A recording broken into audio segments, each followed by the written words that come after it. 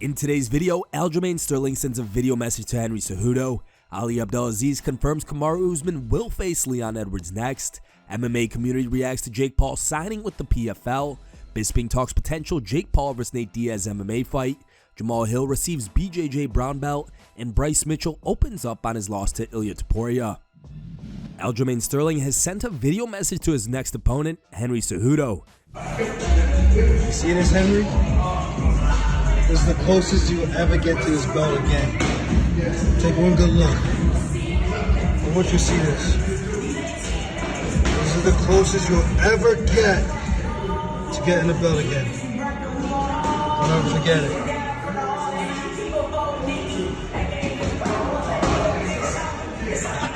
And still. Cejudo responded by tweeting, "First of all, you look like someone ordered Whoopi Goldberg off Wish. You just beat a guy with a bad shoulder and an even worse yeast infection. 2023 is the year of cringe." Manager Ali Abdelaziz has confirmed that Kamaru Usman will fight Leon Edwards at UFC 286 in London. The news follows rumors that the fight was in jeopardy due to Usman recovering from a hand injury. Ali tweeted, "Please, enough with the rumors. Kamaru's fighting Leon next. He is good to go. We bringing this belt back to where it belongs." On Thursday, Jake Paul shared a video announcing that he has signed a contract to fight with the Professional Fighters League. The 25-year-old YouTuber reportedly signed a multi-year deal to compete in the promotion's new Super Fight division.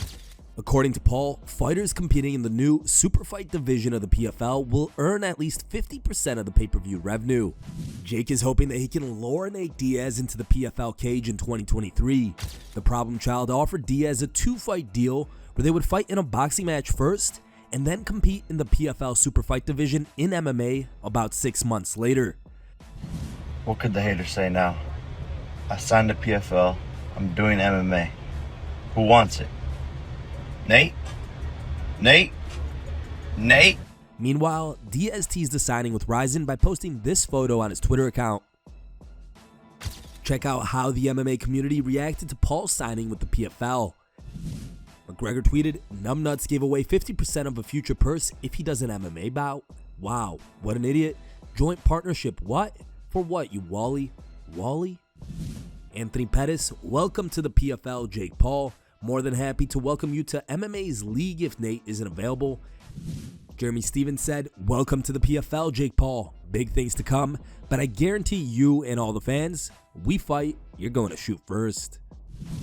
Darren Wynn, "Hey PFL MMA, I'm a free agent. I wouldn't mind welcoming Jake Paul into the MMA world, but let's be real, he'd never take this fight. Even though I'm like the shortest middleweight in history, should be a manageable W for him." Thiago Santos tweeted, "As my bro Renato Moicano says, Mareta wants money." Derek Brunson, "Jake Paul's PFL video and signing is kind of fire, if we're being honest." He followed up with, "Jake Paul signed with the PFL. You have flyweights and bantamweights trying to fight him. Cut the silliness now." Tony Ferguson, "Let me know when you need a good MMA coach, Jake Paul. You can be one of my students. Champ, CSO. Keep grinding, kid." Funky Ben Askren said, "Oof, Dana is having a bad week." MMA news is freaking wild this week. Big John McCarthy said, "I think it is a great move for Jake Paul and shows the business savvy he really has. I can't say the same for the PFL MMA at this time.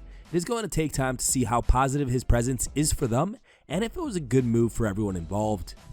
Terrence McKinney tweeted, "Respect." Renato Moicano, "Unpopular opinion, it's easier for Jake Paul to beat Diaz in an MMA match than it is for Diaz to beat Jake in boxing."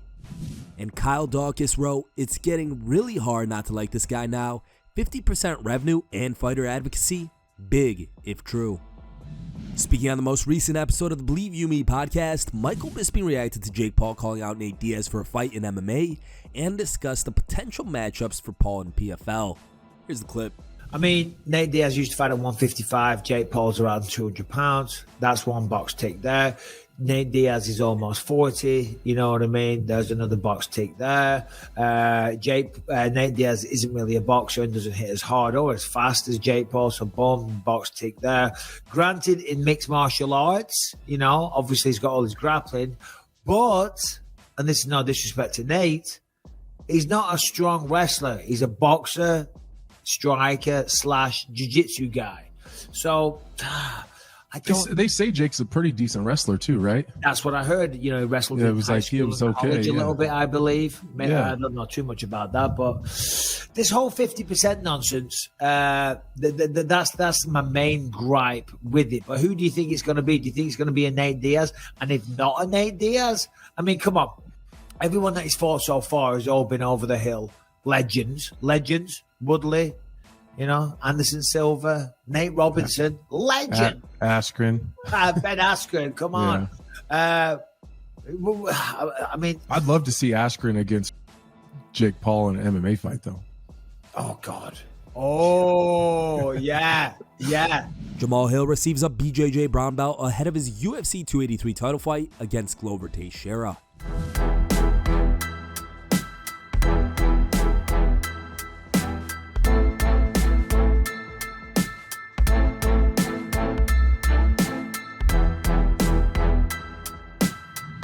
After the first loss of his professional career, Bryce Mitchell said that his devastating performance against Ilia Topuria was because he was suffering from the flu, and the elite prospect has now opened up on why he didn't pull out of the fight whilst he was dealing with an illness. During an interview with ESPN's Brett Okamoto, the featherweight contender revealed that he had no choice but to accept the fight due to his financial situation.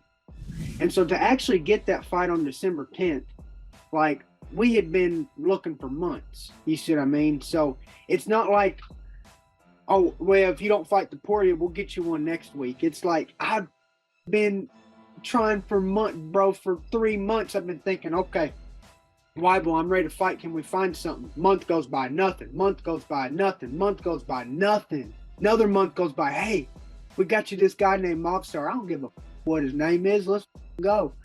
Oh, that fight canceled. Month later, though, hey, Mitchell, if you want to fight Topuria, you have to next month. If not, you till February. So I said, let's go in December. You know what I mean? And so, you know, if I could just, okay, hey, I got the flu, let's fight next week, I would. But that's not the case. If I don't fight now, I'm living off of a couple $1,000 till February. And so I took the fight, but I thought I would win, bro. I thought I was going to go in there and win. I didn't know I was going to lose. Here are the top 3 funniest memes we found on the internet today. Third place was found over Instagram and was posted by a user named As Shopped As It Gets. Second place was found over Reddit and was posted by a user named Regular Finance 7520. And our top pick was found over Instagram and was posted by a user named Daily Dose MMA. Thank you guys for watching. If you liked the video, please leave a like and subscribe to our channel to keep up with the latest MMA news.